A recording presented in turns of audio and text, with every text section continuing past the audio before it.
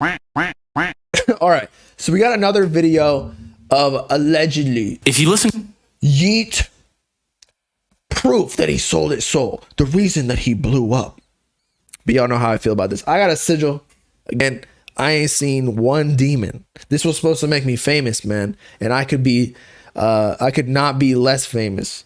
So I've probably gotten less clouded since getting the demons probably stole the clout. They finessed me. They tricked me. They probably use Yeat as a vessel to communicate, to get to more people, making sigils, and then they just suck all your clout and your penis.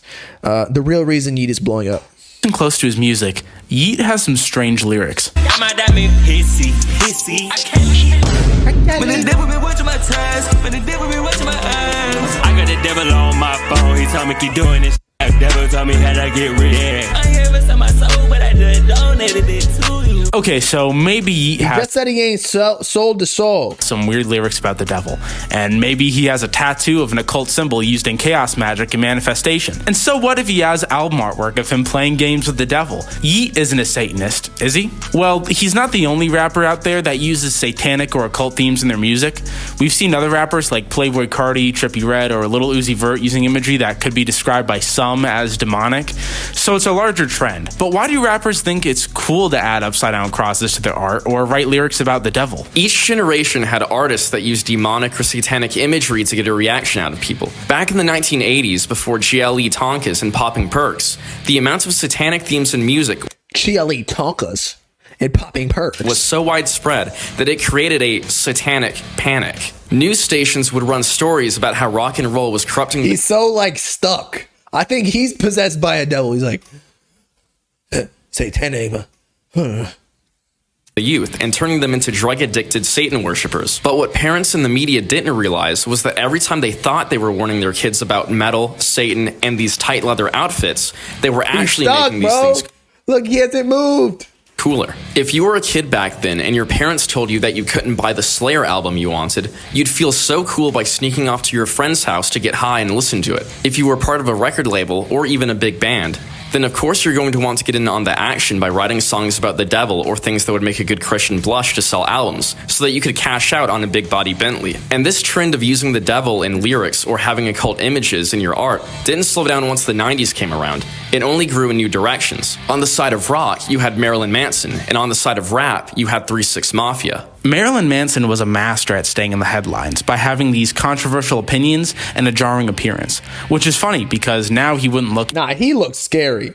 He looks like he's a cannibal. He just ate human flesh in that picture. Any weirder than the average opium fan or hyperpop artist. He often used intense makeup that made him look distorted and had a heavy sound with surreal and sometimes off-putting music videos that drew in kids with an inclination for the strange.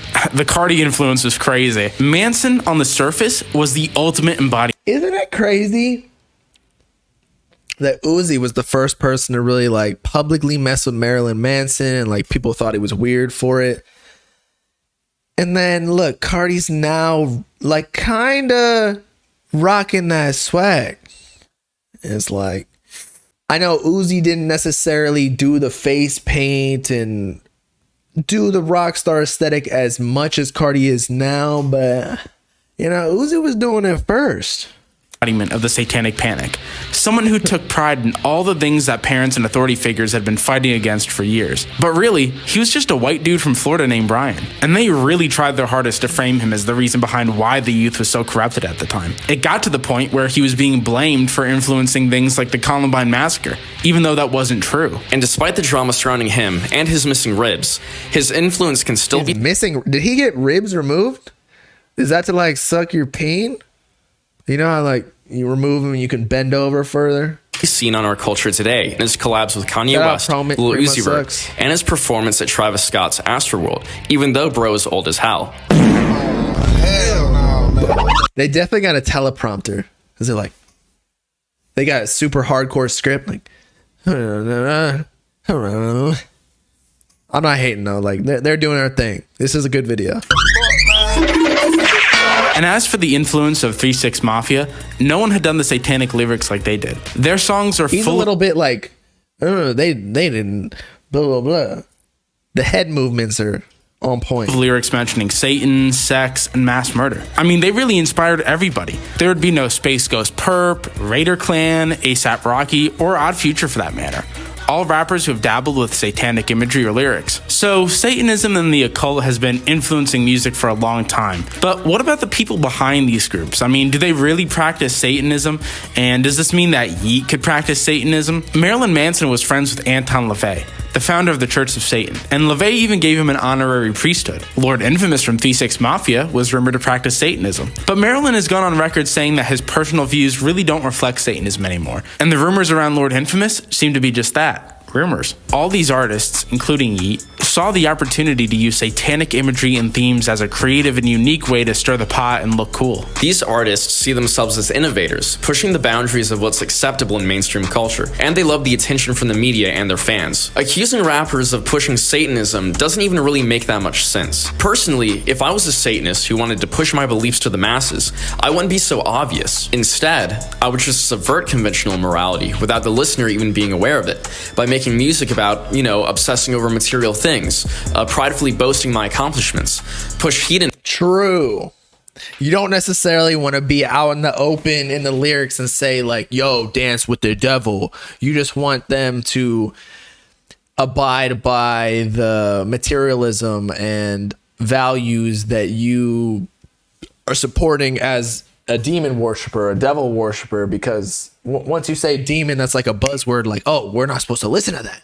But like, if you just tell them to, I don't know, be obsessed with money, the root of all evil, like you already accomplished your plan and nobody even knew. And mindless pleasure seeking in the form of abusing drugs and having promiscuous sex. And because I'm this big rock star, my fans would think that doing all those things is cool, and the society would... Hey, wait a sec. Yo, they're funny. They're funny, bro. Crazy. But yeah, in conclusion, like, bruh, I tell you all this time, especially with the Uzi satanic controversy. And then Uzi even came out on TMZ a couple days ago when he was giving information about pink tape. Like, he just saying it as a phrase or like a play on words. Like the Satan stuff is just a cool imagery to be against the grain. Like it's corny to just like imagine a rapper who's a super hardcore Christian with a bunch of crosses all over them. A lot of them do have cross tattoos, but like they just talk about Jesus all the time. Like Kanye tried to do that, bro. Jesus is king, and it didn't do all too well. He's lucky that he has a cult-like fan base, because otherwise people wouldn't have been listening to that. Like if he just came out with that and he wasn't Kanye, I'm sorry, nobody's listening to that. But regardless, Yeat didn't sell his soul. Selling your soul is a metaphor for giving into or selling your artistic ways to the label and giving up creative control and all of that. Just control in general of your own life and art. That's selling your soul. Because music is a business. How